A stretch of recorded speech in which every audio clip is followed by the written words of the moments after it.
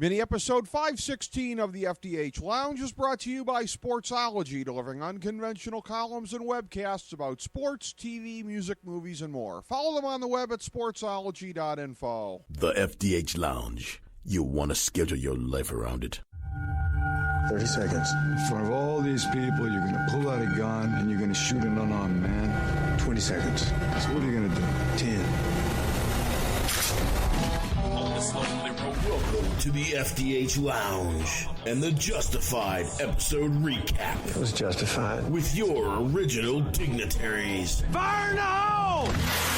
Rick Morris and Jason Jones. You got ice cold water running through your veins. Breaking down each Justified episode the moment they've concluded. Did you take a peek inside the soul of Raymond Newton? I'm just going to let that old dog lie. Real-time reactions. Next level analysis. You seem to be harboring a bit of hostility there, brother. So I've been told. And now, your dignitaries. Well, I believe we can take her from here.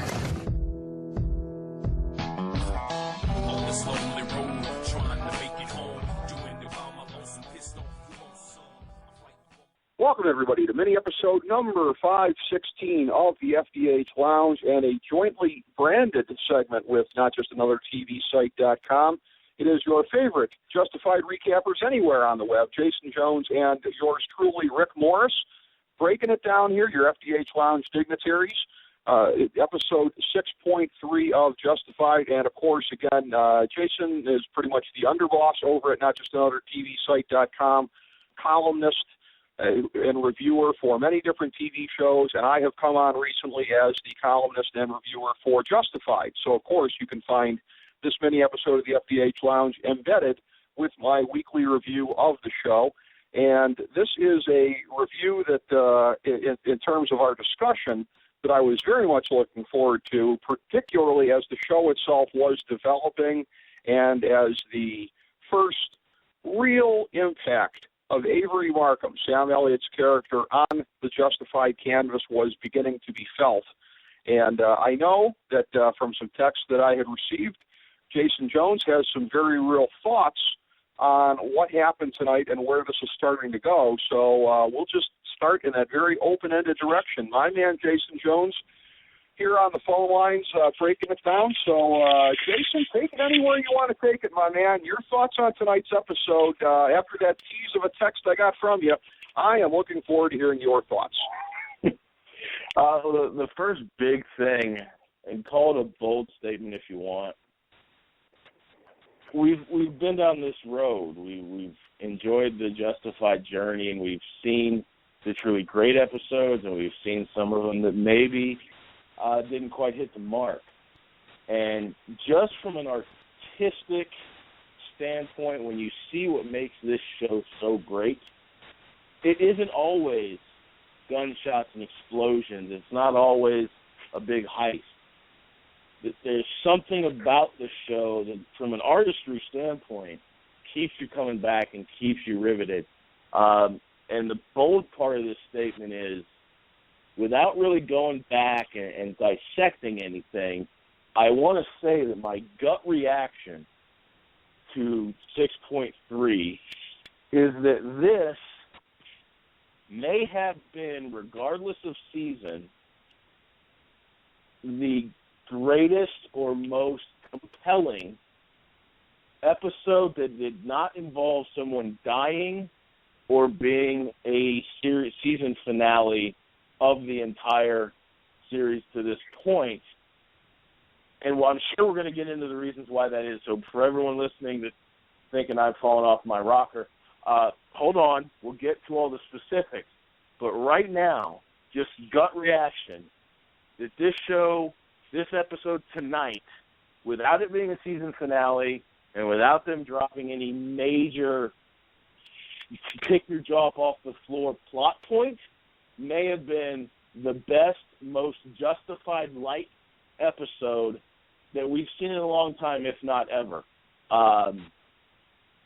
It really, you have to see it with a certain filter, and we'll get into it. But I really do think for those that maybe didn't catch the episode and are to be compelled to through FX Now or whatever other platform you have. And for those that did see it, I hope you stick with us so that we can explain what that means. But this episode was incredible on a number of levels.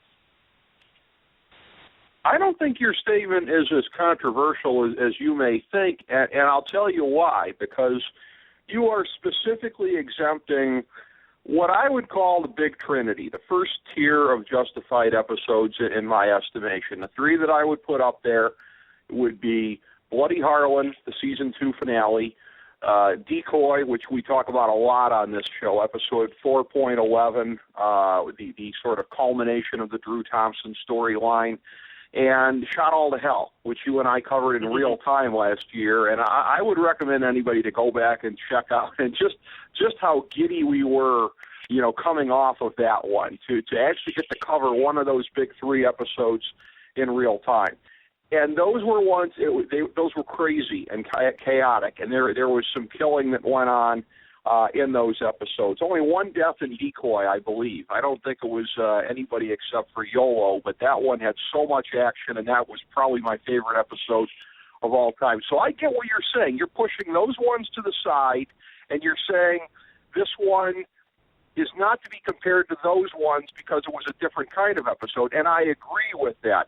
What I find to be exciting, and what I'd be interested to hear your speculation on, is I feel like an episode like tonight is positioning us, if not next week or the week after, at some point in the next couple of weeks, I think we're getting another one like one of those all-time classics. Do you not feel this was a matter of setting the ball on that tee? Well, yeah, and let me clarify real quick, because I know a lot of people are really engulfed with the happenings of the Super Bowl, and I'm sure there are people out there that are talking greatest of all-time quarterbacks. And if I may draw a parallel here, you have to have perspective, and you have to keep things sort of in line so that those listening don't automatically discredit you for saying something outlandish. So, yes, it's important to clarify that you're citing probably the 3 best episodes, regardless of any stipulation. And I would say that there might even be maybe 2 or 3 others that somebody may put ahead of this one. But what you just said, and compounding into what I just said, really does bring home the point. And the idea here is this is not a culmination episode. This isn't the episode where you're waiting for the big thing to happen. This is a setup episode. This is we're building to something. And yeah, there's a sense of a chess player in this right now, and that this is not the move. And so next week might not be the move. This might be a setup that's 3, 4, 5 episodes down the road. But that's the thing is what we're talking about is in a specific category, a specific type of episode. This is way up there, and we're going to talk about it. But to your point, absolutely. This is a big thing that hasn't happened yet. And I'll just say this one, just because it was the biggest sort of visceral respect I got from this episode. And I'll just say it now, we'll pick it up back later. But we've seen Avery in the last episode, and we saw him sort of nice and pleasant, and you didn't get any impression that this was a guy that, necessarily should be feared. The scene where he's in Ava's living room talking to Boyd, I was almost scared for them. I mean, I've not seen everything Sam Elliott does, but this was something special. You don't see moments like that a lot in television. But yeah, the point is, as great as this is a setup piece. This is a building block. This is not a culmination episode. And with that being said, wholeheartedly with you, I do think that next week, that quickly is we're going to see some payoff from it. But the big payoff is got to be a couple episodes away. And to a bigger point, what does that mean for the final culmination episode when the whole darn thing comes to a head and we get to see how this story finishes out? What does that say when the 3rd episode of the final season elicits this kind of response, knowing that the big moment is probably still a few episodes away, which still puts us at about the halfway point of this season? So I have my brain is mush for how big this could get come series finale. But I think you're absolutely right. I think what we saw today is just a harbinger for what's going to come 3 episodes from now. Well, and at this rate, I think it's going to take us a little bit yet even to get into the specifics, because I want to continue to explore this a little bit here and some of the grand themes of the episode. Let me ask you this as well, because I agree with everything you just said, and I have the feeling that, again, and we don't tend to remember the setup episodes in our heads as much as we do some of the other ones. I mean, maybe we could look back at some of the ones leading up to, again, Decoy, some of the ones leading up to Bloody Harlan, because the entire culmination of the Mags Bennett storyline was something pretty special. The entire lead up to getting Drew Thompson was something pretty special. So there were now both of those were late season developments. I don't know if there was any real kind of setup leading up to Shot All to Hell last year that you and I were so geeked about. But I want to explore that point with you for a second, because this now marks the 16th time you and I have done one of these reviews. I don't think at any point in Season 5 we were as geeked about a setup episode like tonight as we were we? Because you had last year, Canadian mobster El Sura in this corner, Mexican mafia in this corner with the drugs, with, the crows in the swamp and coming to Harlan in this corner. I mean, we never had this feeling at any point in Season 5 about a lead-up episode setting it up for something else, did we? I certainly can't remember this feeling. I don't think so. And I really don't want to beat that dead horse too bad and make it seem like we're being overly critical. As I've said before, Season 5 of Justified is still better than most of what was on TV in that time slot on that day last year. Now, there's some good stuff out there, but let's be honest. Good Justified and not great Justified is still better than a lot of what's out there. And just with that being said, we knew what to expect based on what episode we were on in the progression.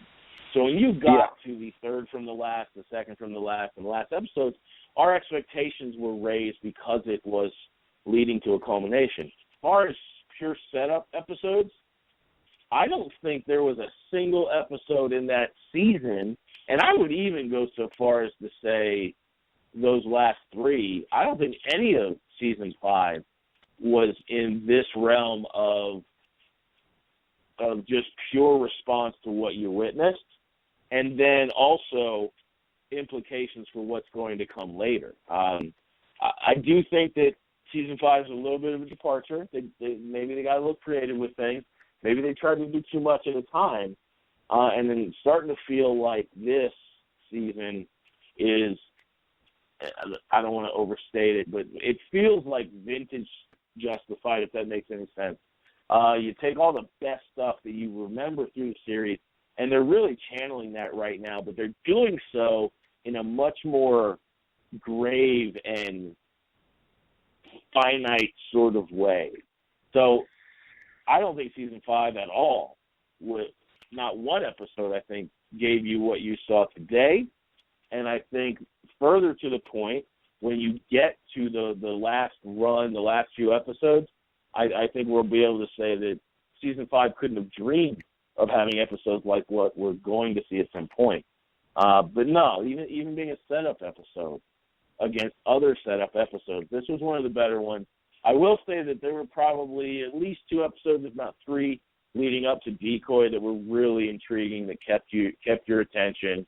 And I think all of Season 2 kind of did that, but on a smaller scale. So I think what this does is it shows that we're building to something that will be representative and will be received well by the Justified faithful when it's all over with. Exactly, and that's the sense I had about Season 5 as well. And as you said, we're not saying that to bash Season 5, but I like to just sort of get out and compare different episodes that we've seen. And again, I didn't have a memory of us raving about a setup episode last year the way that we were this one. What we were saying, as I recall, by and large, was hey, they've earned the benefit of the doubt based on the track record. I'm sure this is going somewhere. That was sort of our mantra through the season. I'm sure this is going somewhere. And, ultimately it did go somewhere. And, that somewhere just wasn't what we were all expecting in terms of a wow. Rick, and I think this year will be different. Another thought along that, and for anyone who maybe missed season 5 and is thinking that they should treat it like Rocky 5, that's really not the case. And to really illustrate that point, I've probably been the biggest proponent of making season 1 the least important season of the series. And yet, if you don't have season 1, you can't get into the Mags Bennett line. You can't get into season 4, and you definitely can't get into season 6.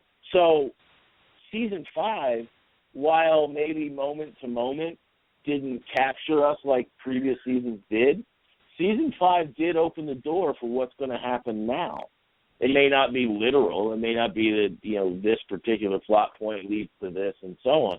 But there's absolutely something there with the progression of the various characters. And we saw a little bit of that today where Rachel, in a more administrative role, is a lot less likely to sit back and let Raylan be Raylan. So there's tons of things that we can extrapolate that were important in season 5 that brought us to where we are, and yet still at the same time look at it in a vacuum and say it might not have hit the mark, but it was still a quality season. That's true. Raylan and Rachel spent a lot of time together in this episode. She was out with him in the field. They were tracing through the course of the episode Raylan's old coal-digging companion there, Luther, who sells explosives, and he ended up in the end taking the fall for his son Tyler, who was the one who had been skimming off and selling explosives to Boyd. So they basically got nowhere, at least so far, in that storyline tonight. Of course, where they started was on the heels of what you and I noticed was vintage Ava and Boyd. You and I both picked up on that. Early on, Ava being kind of a drunken mess kind of took us back to season 1 when she was a wild girl without much sense of direction. Boyd, in that sort of triumphant moment after Ava had helped him make the discovery about the pizza portal and the vault that was underneath, it was a little bit of, sort of going back to the roots of Ava and Boyd. And it's a thing, too, where, again, you and I enjoyed covering season 5. We just enjoyed it, like, in and of itself. But I've said all along, selfishly, I'd rather that we got a season like seasons 2, 3, or 4 to cover doing this, because how much more fun it is when Justified is like it is tonight. And Justified, again, rarely was like that last year. We're getting what I've wanted all along as far as getting to cover this show in vintage form, and so much of it, I think, goes back to the presentation of Boyd and Ava tonight and the way they've been getting shown recently. Yeah, going back to the Ava thing, and I don't want to cross any lines here, but vintage Ava, I don't think quite covers it. She hasn't been in control of her own elements in the way she presents herself like this in a while. I mean, definitely not in season 5, and maybe not even in season 4. This was Ava stepping out of her own comfort zone, but being the old Ava, and dare I say, the man lobe of my brain was at paying full attention. But yeah, absolutely, you have this older version of Ava where she's commanding the room, and you get the same thing from Boyd, and even in that scene where they were just getting wasted, it was a nice break, even for a moment, just to sort of see them back to the way they were in season 2, season 3. But again, the writing is beginning to appear on the wall a little bit, and we're about to see exactly where that goes. Because the story isn't finished being written yet, and I'm afraid that these moments might be sparing. Yeah, exactly. We got 10 episodes yet to go, and they're going to cram a lot into them, but we certainly can hear the clock ticking. That's the way it always is in the final season, and once you get a couple of episodes in, it's the sense that the end is, if not in sight, it's at least someplace that's not too far around the corner. And you're really kind of starting to see that. You're really starting to get that kind of theme again. The theme coming into this season that I think the writers and producers had talked about was one more before I'm done. Boyd trying to get that one more big score, Raylan trying to nail Boyd, and to get that one more score on the law enforcement end, and the pursuit of one more big one. And Boyd, again, he's discovered where this money was. He was very upset at the very end with Catherine and with Wynn for leading him into this, because, again, he knows what a dangerous man that Avery Markham is. But you had essentially 3 times through the course of the episode that there were confrontations, and we'll get to the later one with Avery and Boyd because there was just so much richness to it. The first confrontation, which I know you want to talk about, was when Ty Walker came into the bar and they had their little poetic exchange back and forth. The second one was when Boyd was kidnapped from his bar, brought to the place after they had discovered that Ava had been rooting around there. And the third exchange between them, of course, was the one back at Ava's place subsequently when she got the visit from Avery and Ty. One of the things that, again, I know you wouldn't have picked up on this watching this because you're not somebody who has sat and watched very much, if at all, of Deadwood. The way that they had Ty talking, that manner, I mean, I'm not going to say it was like reminiscent of like how his character talked in the calendar year 1876 in Deadwood, but there was that same kind of Deadwood flair to the way that he talked. And I would be curious, you know me, I like to read around and find a lot of other reactions on the internet. I'll be very curious to see if anybody picked up on it, because people talk all the time about the casting crossovers of Deadwood and Justified, and there's been a bunch of them, and that's been a part of the anticipation of Garrett Dillahunt coming on here. But for his character to be speaking in the same kind of flowery prose, I can't remember the name of the character that worked for William Randolph Hearst. But that one, we talked about this before, he played 2 different characters on Deadwood. And the flowery kind of back and forth with Boyd, you know Boyd's got it in him. But for Ty Walker, this ex-military guy who we're still learning these layers about, to hold his own in a back and forth flowery exchange was really something. You know, as I was watching it, I had this absolutely fictional, there's no way this is how it works. But in my mind, I wanted to believe that they write the episode and then they take it to someone who is just going to write Boyd's dialogue. It takes what Boyd says and they Boyd it up a little bit. You know, they get a little bit more creative. And this way it sounds like Boyd. And I want to believe that if that were true, and it's not, that is the person that wrote that line, that scene for Ty as well. I can't speak to the Deadwood thing because, to be honest, I can't even place him. And I haven't seen the series. I've seen a handful of episodes, and I just was unlucky enough to see an episode with him in it. But that was just pure artistry. And that's one of those moments that really prompts me to make the bold statement that we started with, because that was special. That was almost as if they looked at it and said, we've got to find a way to figuratively but practically have someone standing toe-to-toe with Boyd and going syllable for syllable with Boyd. It was almost like a boxing match of rhetoric. It was beautiful, and you can take from it plot point-wise or specific detail-wise all you want to, but at the end of the day, that was just a beautiful scene to experience. Well, and I'm going to bring up another contrast here. And again, it may sound like I'm bringing this up just to dog on Season 5. I'm not, but there's a very clear point of contrast and comparison when we're talking about this here. Going back to, I think it was ironically, again, shot all to hell, the first confrontation at Boyd's bar between he and Danny Crow. And I remember you and I really got off on that at the time But that was the thing where Michael Rappaport's character, I think what we were getting off on was just seeing somebody who seemed like a stand-in for the audience reacting to Boyd Crowder. It was all reaction. It was so little of what Rappaport's character Danny Crow was bringing to the mix. And I say that not to be critical. That's the way they wrote the scene. That's the way the dynamic was, whatever. I like this one so much better because, as you said, this really seemed like a battle of equals as far as two formidable figures and two people who can talk like a mofo going back and forth. It was a different kind of a thing, and I liked it better because this is just more my kind of a deal. I think probably yours too from hearing you talk about it. Yeah, because to use your comparison, and I love the idea that that one of the crows is a stand-in for the audience, because that's basically what that was.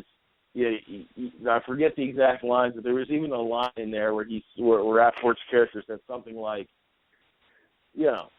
"Boy, can you talk?"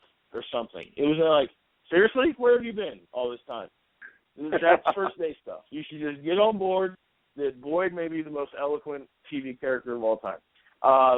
But when you look at what we saw with Ty Walker, and we've talked about this before, where there's a lot of moments in Justified where it is the figurative, visual representation of an Old West standoff, where you get two people that are squaring off, except in almost every single case, man one versus man two, and they are not of the same cloth.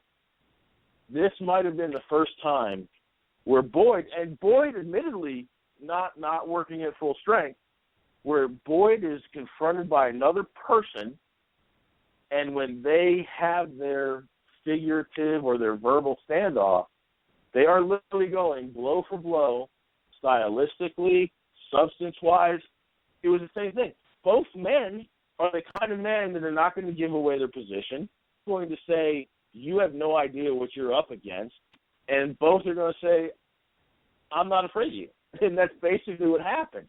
But it was done on a level where both men's dialogue, I don't even know how to compare it, but it was like Ali versus Ali linguistically, if that makes any sense.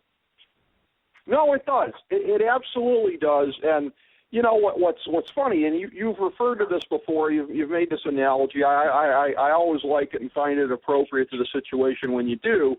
We talk about how this show is supposed to be in many ways a modern version of a Western, in a sense that today's rural America still has something of the wild, wild West about it. And you've talked previously about, you can practically see the tumbleweeds blowing, two guys squaring off, whatever.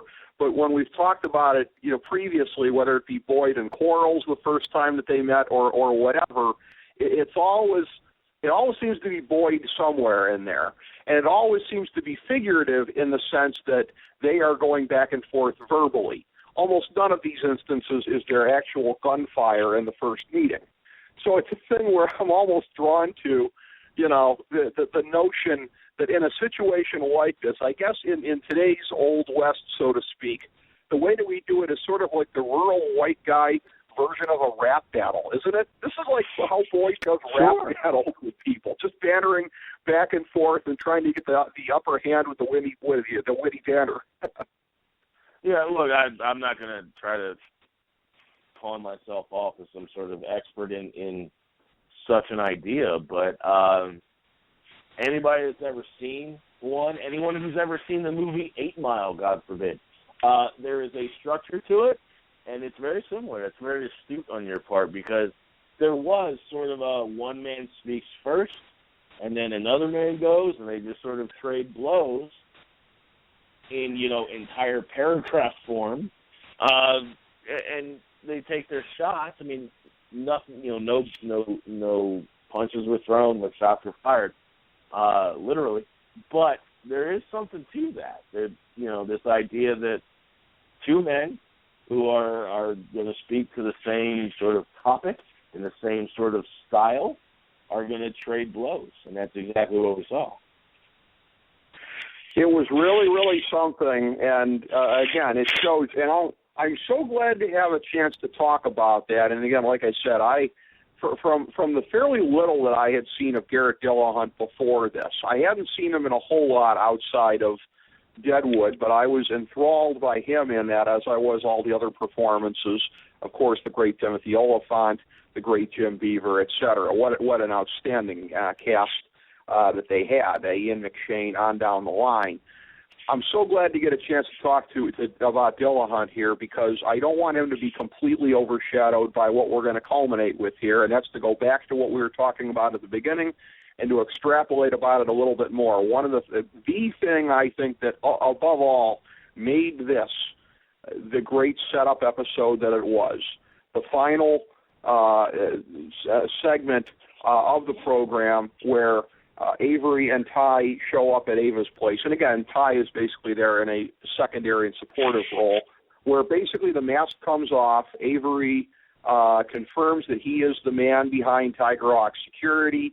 Pete's a portal where the money is getting stored down in the vault there. And the situation, from what I've read online, you're going to find us flushed out a little bit more. Ironically, Jason, with you being now from the state of Colorado, Avery Markham is a man who went out there, made his money in legal weed out in Colorado, but for anybody that knows the circumstances of it, the feds, because of federal marijuana laws, you cannot store that money in actual bank accounts. These are the circumstances that people deal with. What do we do with our money? We've made our money. What do we do with it, et cetera? And there are alternate ways springing up now of getting the money into the economy somehow or another. This guy's idea is take it to Kentucky, put it in some underground vaults at a pizza place, and figure out what to do with it from there, apparently. But I indicated to you that I've kind of broken kayfabe on this a little bit previously, that in writing the reviews and not just another TVsite.com, because this is serialized, I like to get a jump on it even before the episode and kind of write a little bit about where were we coming into this episode, what are things to look for, or whatever. And for me, the big thing was Sam Elliott. I think it's a huge gamble on the part of the writers, because this character is so monumental. It's either going to muck up the last season of Boyd versus Raylan, or it could carry it right up to the top of the pantheon with Breaking Bad if they do it right. It's an epic gamble, and I respect the hell out of it on the course of the writers, because the season could be a disappointment if it just muddles the clarity we were looking for. But it has a chance to add to it and possibly take it to another level altogether. Clearly, we think tonight they're on the right path, but I want to hear you extrapolate a little bit more about the first impressions of Avery v. Boyd and where you think he's going to fit into the season. Well, let me just start by saying that I absolutely see what would prompt your trepidation about what Avery Markham means to the end game, specifically as it pertains to Boyd and Raylan. However, with the way that they've done it and where we're going, the direction, the intensity, everything about the Avery Markham character sort of tells me that there is a third option, and that is that he is the big bad of the series we've been waiting for, that ultimately, and I don't want to draw the hipsters out, I'm not trying to offend anybody here, but I really think if they do this right, not only are we going to be talking about potentially a Breaking Bad quality finale, but I think we could be talking about a character that makes Mags Bennett look, let's just say, only good as far as bad characters go. That seems to be sort of the benchmark for everybody. Not necessarily my opinion, but I really think that if they do it right, the Sam Elliott's Avery Markham character could possibly be one of the best villains we've ever seen. Now, with that said, it still could afford us an opportunity to get the closure we're looking for from Boyd and Raylan. I just don't know how you do it. So, as we've said before, I'm going to defer to them with giving them the benefit of the doubt that they know what they're doing, because they have to this point. And I kind of, at this point, I'm hoping to get both. Because, back to the primary point here, I don't know about you, but everything that I've seen from Avery Markham to this point was fine. He was just another guy, on the list. when he spoke to Ava, in the manner in which he did, with his head down but his eyes up, asking if she's that kind of woman, because if not, she's just a token, a thing that can be threatened. And then, if that wasn't enough, when Boyd comes in, having a certain advantage, if you will, the dialogue and the delivery and the posture, the whole bit, from Avery Markham to Boyd and Boyd's reaction to that, which we later find out might have been laid on a little thick for effect, was darn near frightening.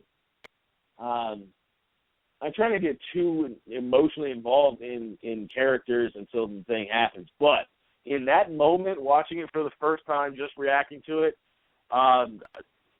Sam Elliott had me. I mean, I don't know how bad they're going to make him, but that may have been the most impressive 3 minutes from any character I've seen on television in a while. Well, exactly. And because of the magnitude of it, and this is the last question I have for you, do you share my sense that it is something of a gamble? If you're talking about this epic of a character in the last season, and from what I understand, this was their first opportunity to get him. It's not like they could have gotten him 2 or 3 seasons ago. Everything in life is timing. This is when it happened. We've been looking forward to Raylan versus Boyd the whole time here. And again, like I said, it could add to it. It could take this thing to another level altogether and cement it as one of the best all time, which I'm hoping for and I know you're hoping for. But do you see what I'm saying about that?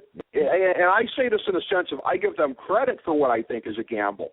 They're not playing it safe. Bringing in Sam Elliott to be this character when everybody is looking forward to Raylan versus Boyd at the end is not playing it safe. You're going big or you're going home, and one way or another, they're going home. But they're really reaching for the gold ring doing it this way, aren't they?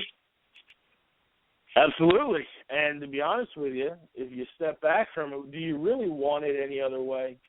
Because let's be honest, seasons 1 through 4, with the, let's call it extra credit of season 5, they have long since earned the right to do this however they want. So if we call that a surplus of good fortune, good karma, whatever, isn't that a lot like a football team playing with a 3-touchdown lead?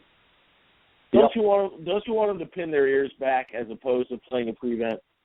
I mean, they absolutely could have made this only Boyd and Raylan, and we would have been fine with it. And if we got that closure that we're hoping for, we always said it was a success. Now, what if they can deliver that, but also bring in Sam Elliott and do a whole other thing we weren't expecting and really raise the stakes so that people like you and I are saying it's a gamble and it's one we're glad that they're taking, but it could blow up in their face, just to find that it worked out beautifully in the end.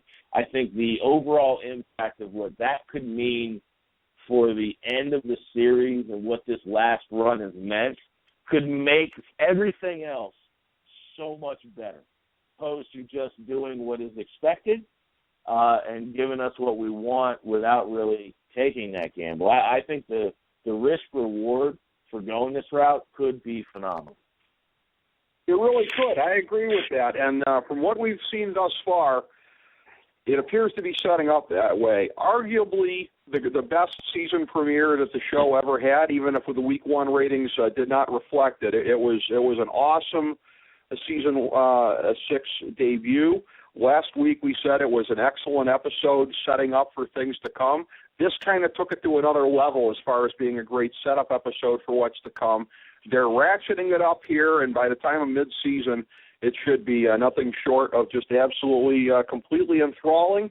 And I look forward to it. We'll be here to break it down for you as it continues to go along, 6-4 next week and into the future. Jason, a pleasure as always, my man. I always have fun doing this, and I know you do too. Tonight felt like extra fun because it was such a great episode. Thank you, buddy. As we bring the show to a close, we would like to extend our deepest gratitude to NBC, CBS, ABC, Fox, all Clear Channel affiliates, TNT, TBS, USA, UPN, Deadspin.com, YouTube.com, YTMND.com, MySpace.com, various blogs, Fox News, CNN, CNBC, MSNBC, IamBoard.com, Billboard.com, Google.com, ESPN, ESPN2, ESPN News, ESPN Classic, NBA TV, NFL Network, Sports Time Ohio, Athlon Magazine, Comedy Central, Cartoon Network, The Boomerang Channel, QVC, BET, The Spice Channel, Steno Notebooks, Manwich, Papermate Office Supplies, waitresses, strippers, bartenders, garbage men, janitors, microwave popcorn, the writers of The Office, Scrubs, Entourage, My Name is Earl, Oz, Metalocalypse and the Boondocks, Aquafina, and The Periodic Table of Elements.